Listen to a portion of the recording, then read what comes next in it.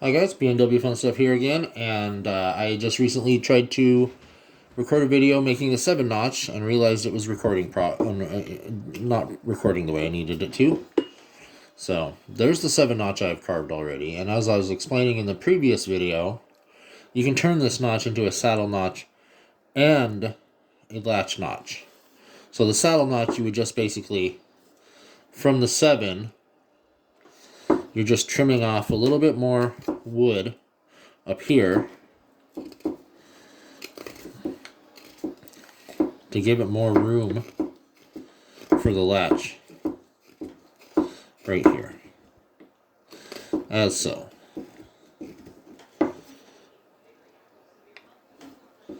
And you just straighten it up now.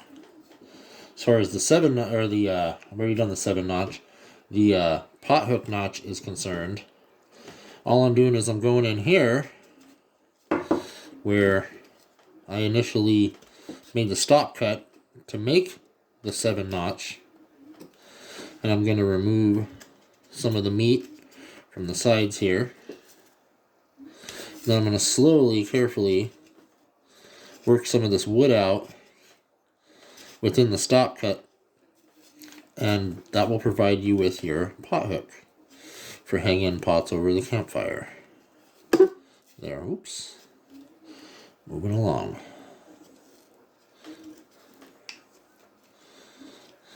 So, and there you can kind of see the hook there to hang a pot from. And clean it up and whatnot. And then next I will do a saddle notch, which is quite a simple cut. But you just cut a little this way. And I'll flip the stick around and cut the opposite way. And you just keep reversing it to get it to the depth you want it to be.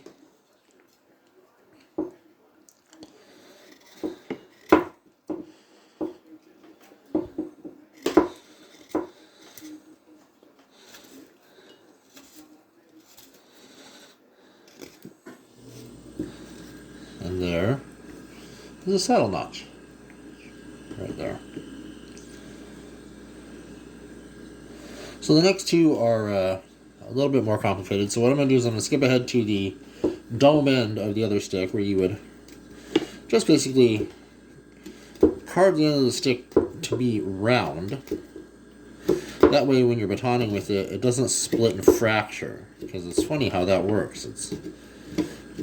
So you just, at an angle, just cut away from yourself and go around and remove meat until it is round, like so.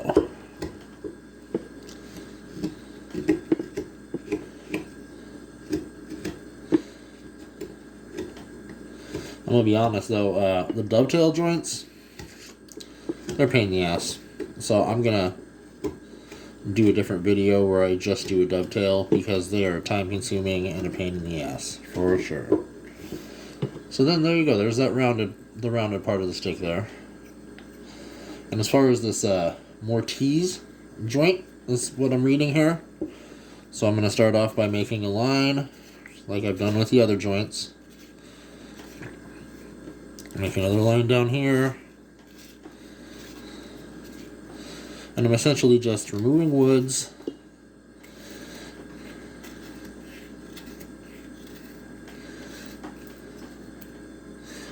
on opposite sides of the wood. So I'm going to keep doing wood removal here. I'm going to flip it around to be safe.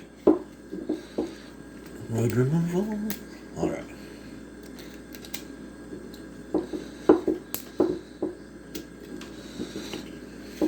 Now, with maple, having the pith in the middle makes these Mortise joints a lot easier to make, because you don't have to worry about, once you break through the pith, it makes it easier to actually get a concavity within the wood, which often can be very difficult. So I'm going to take a lot of wood out of this because I want to make it easy on myself.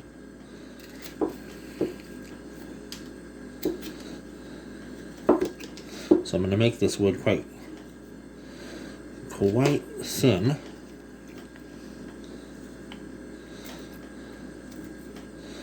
And as you can see, as I'm doing this, I'm kind of prying up at the end. That just helps lift the wood, pop the chunks.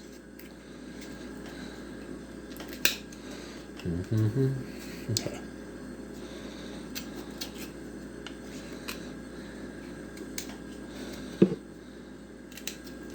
So as you can see, I have it like that now, okay? So now what I'm going to do is I'm going to do a V-cut down the middle, which is more of a difficult cut. V-cut down the middle here. So I'm going straight in.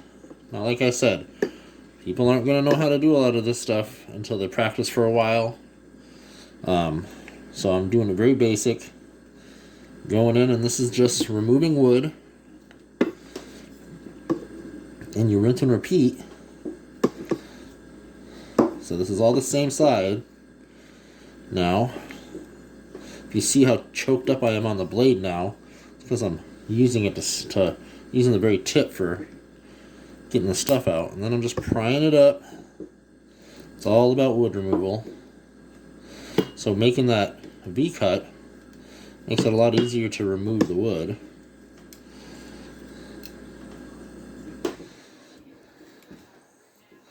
And you just keep going. You pry it up. Flip it over. Do it on this side. Here. And I'm going to choke all the way up again.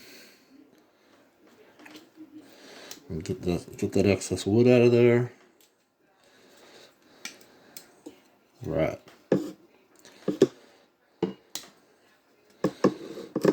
Alright, now I'm flipping it over.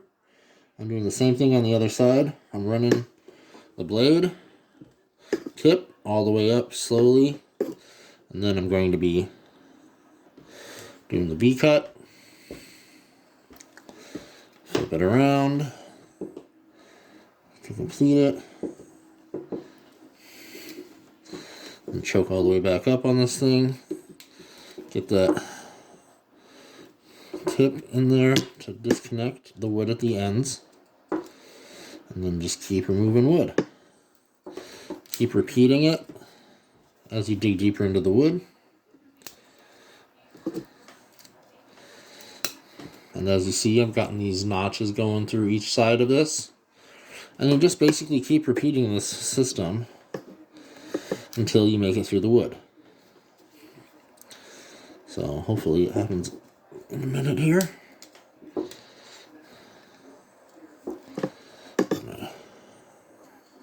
As you can see, where I'm holding this knife at, the majority of it's just like, the majority of the knife is not in my hand, it's just the blade.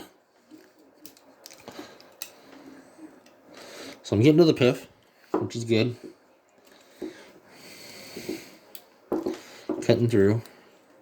This tip is strong for this knife being as thin as it is for the Phoenix. It's doing a good job prying this stuff up.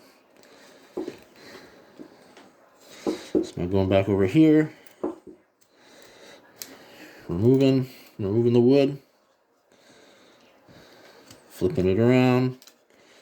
Keep going. Flip it around.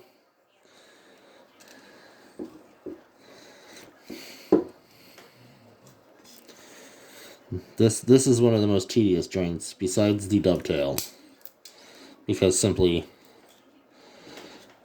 you have to keep the wood connected on either side to make it into a joint, and makes it for some time-consuming carving, but it's great when it's done. Now I can take the knife and shove it right through, like so. And from there you would just continue wood removal.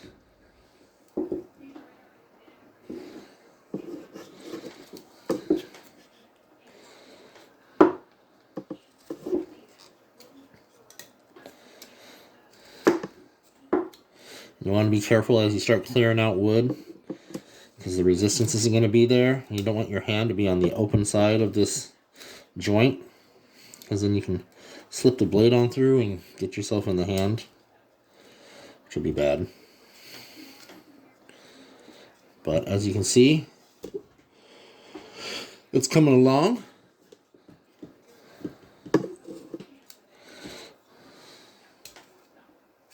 Now, of course, you can do it a lot cleaner, but this is a down and dirty. Just showing you how I would do it, the techniques I would use to get there.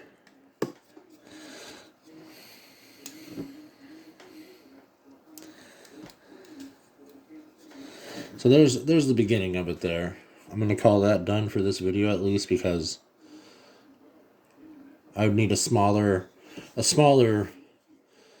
bladed knife, you know, a thinner knife in order to get the actual square inside here. But you get the point, you know. You carve through. Anyways, I'll do one more video and finish up the tri-stick. You guys have a great day. Bye.